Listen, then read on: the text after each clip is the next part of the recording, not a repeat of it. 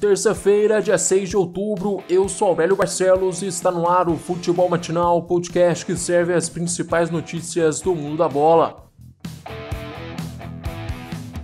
Após reunião, a diretoria do São Paulo decide manter Fernando Diniz no comando do tricolor. Ontem, Raí e comissão técnica se encontraram para ajustar alguns pontos no trabalho de Diniz e entender o que não tem dado certo. O treinador conseguiu convencer a diretoria que é possível melhorar o time do São Paulo. Apesar disso, se tem notícias de que Aguirre foi sondado por um dos diretores do tricolor.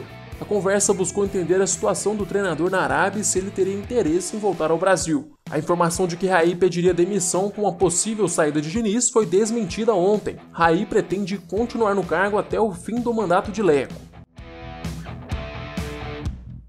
Após 5 meses da venda, Corinthians ainda não recebeu o pagamento de 125 milhões de reais referentes à transferência de Pedrinho. O Benfica não liberou o adiantamento da transação, que foi pedida por André Sanches. Para que o Corinthians recebesse o valor da venda agora, o presidente do Benfica teria que mandar uma carta para o banco que mediu o pagamento da venda, mas os portugueses não mandaram nada para a instituição. Enquanto Corinthians e Benfica se desgastam, o que salvou as contas do timão momentaneamente foi a venda do lateral Carlos Augusto para o Monza por 25 milhões de reais, valor que foi utilizado para pagar salários atrasados do elenco.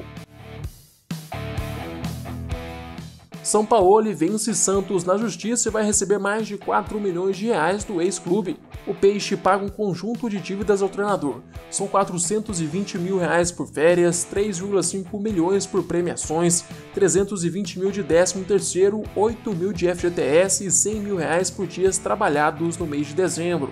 Ainda nos bastidores do Peixe, Lucas Veríssimo recebe proposta do Porto. O volante foi avaliado em 39 milhões de reais, mesmo quantia que o Benfica tinha oferecido ao zagueiro. O grande problema é o fechamento da janela de transferência, que encerra ainda hoje. Para que a transação seja confirmada, o Conselho Deliberativo do clube vai ter que aprovar a venda por conta da eleição do Santos, que vai ser realizada em dezembro. Agora vamos para as notícias internacionais. A janela de transferência europeia agitou a segunda-feira. Para a infelicidade de Grêmio e Atlético Mineiro, Cavani assinou com o Manchester United. O uruguaio chega aos Diabos Vermelhos para o contrato de uma temporada. O Manchester também acertou a transferência do lateral brasileiro Alex Telles. O jogador da seleção brasileira chega ao United pelo valor de 98 milhões de reais. Douglas Costa deixou a Juventus e voltou ao Bayern de Munique por empréstimo. Os alemães também contrataram o criticado Choupo-Moting, atacante reserva no PSG, vice-campeão da Champions League.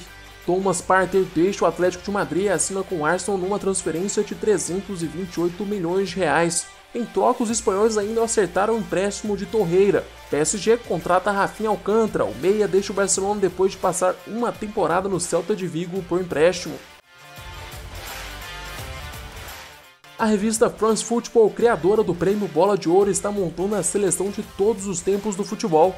Como este ano não teremos a mais famosa premiação do futebol, a proposta da revista foi escolher os melhores jogadores de cada posição na história do esporte. A seleção vai ser montada a partir do voto de 170 especialistas selecionados pela France Football. O Dream Team vai ser anunciado em dezembro. A primeira votação em relação à defesa, e o Brasil já tem alguns nomes na lista, todos laterais. São eles Nilton Santos, Carlos Alberto Torres, Júnior, Cafu, Roberto Carlos, Marcelo e Djalma Santos.